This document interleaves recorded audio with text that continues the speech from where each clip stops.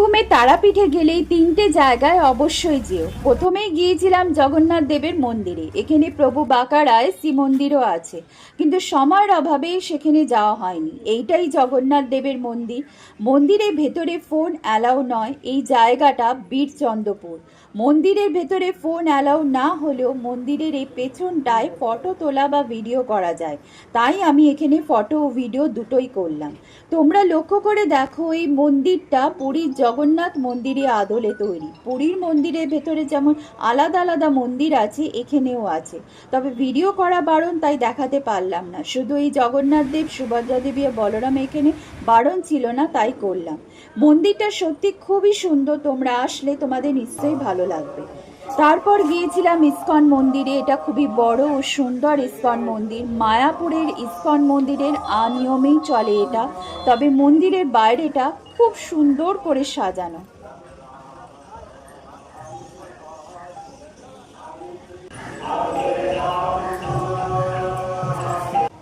আর বাইরেটা যেমন সুন্দর, ভেতরটা ততটাই সুন্দর, কারণ ভেতরে স্বয়ং রাধা মাধব আছে। ভেতরে অল্প একটু ভিডিও করতে পেরেছি।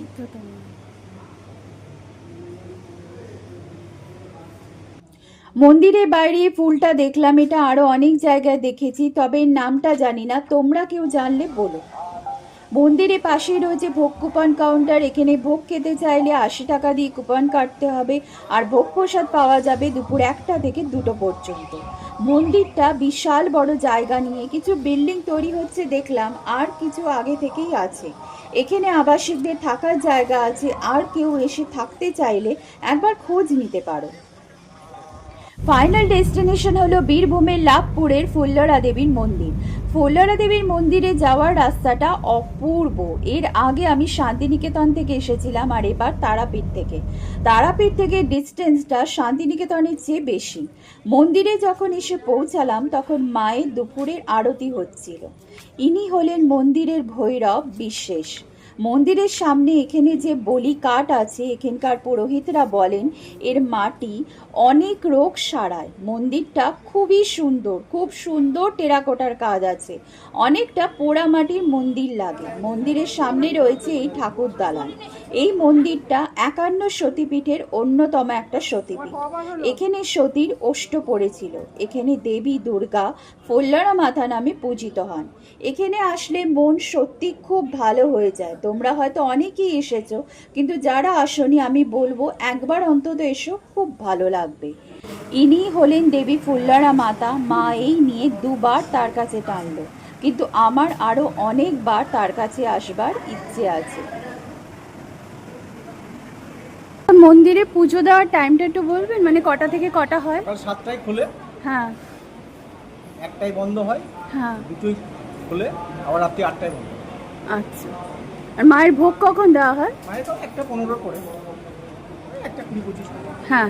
মন্দিরের পেছন দিকটায় রয়েছে পঞ্চমুণ্ডির আসন। এখানে আগে নাকি সাধকরা তপস্যায় বসত সিদ্ধি লাভের জন্য। অনেকটা বিশাল জায়গা নিয়ে মন্দিরটা। মায়ের মন্দিরের পেছনটা, এখানে থাকার জায়গা, উপাসনা ভবন, আর ওদিকে আবাসিকদের থাকার জায়গা। মন্দির থেকে কিছুটা এগিয়ে এসে এইটা ভোগ ঘর। এটা কুপন করে অন্ন প্রসাদ গ্রহণ করতে হয়। সময় 9টা থেকে 12টা পর্যন্ত। ভোগ প্রসাদ কখন দেওয়া হয়? 1টা 15 থেকে। আচ্ছা। ভোগ কুপন এখানে 40 টাকা, যেটা আগে এসে কেটে নিতে হয়। মন্দিরের সোজাসুজি দুদিকে দুটো মন্দির আছে, দুটোই শিবের মন্দির। আর সামনে রয়েছে ঘাট। এই ঘাটটার নাম ঋষিকেশ ঘাট। এখানে স্নান করিবেন না, এখানে স্নান করা সম্পূর্ণ বারণ। এই পুকুরে এই জন্যই স্নান নিষিদ্ধ, কারণ এখানে অনেক মাছ আছে। আর কেউ যদি মাছকে খাবার দিতে যায়, এখান থেকে কিনে খাবারও দিতে পারে, যেমন কাকু দিচ্ছে। এই দেখবো না, এই দেখ এই দেখ, এটা আমি দিচ্ছি, খাচ্ছি। কি দিলে তুমি? কি দিচ্ছ তুমি? বিস্কুট খাবে কি খাবে না? পাউরুটি খায়। বিস্কুটও খাবে। পাউরুটি খা, মা বিস্কুট দিও না, বিস্কুট খায় না। না না না, বসতে কি ওইটা তুই রাখো তো। কত মাছ! এই জন্যই পুকুরে স্নান নিষিদ্ধ, কারণ এখানে মাছ চাষ হয় নাকি, প্রচুর মাছ। আর আপনি যদি কেউ যদি এসে খেতে দেয় তো ঝাঁকে ঝাঁকে চলেও আসবে। আমি জানি না ভিডিওতে কতটা এলো, কিন্তু অনেক মাছ, অনেক মাছ। তারাপীঠ থেকে ঘোরবার জায়গা তো অনেক আছে, কিন্তু এই 3টে মন্দির আমার খুব ভালো লেগেছে, তাই তোমাদের সাথেও শেয়ার করলাম। তোমরাও পারলে একবার ঘুরে যেও।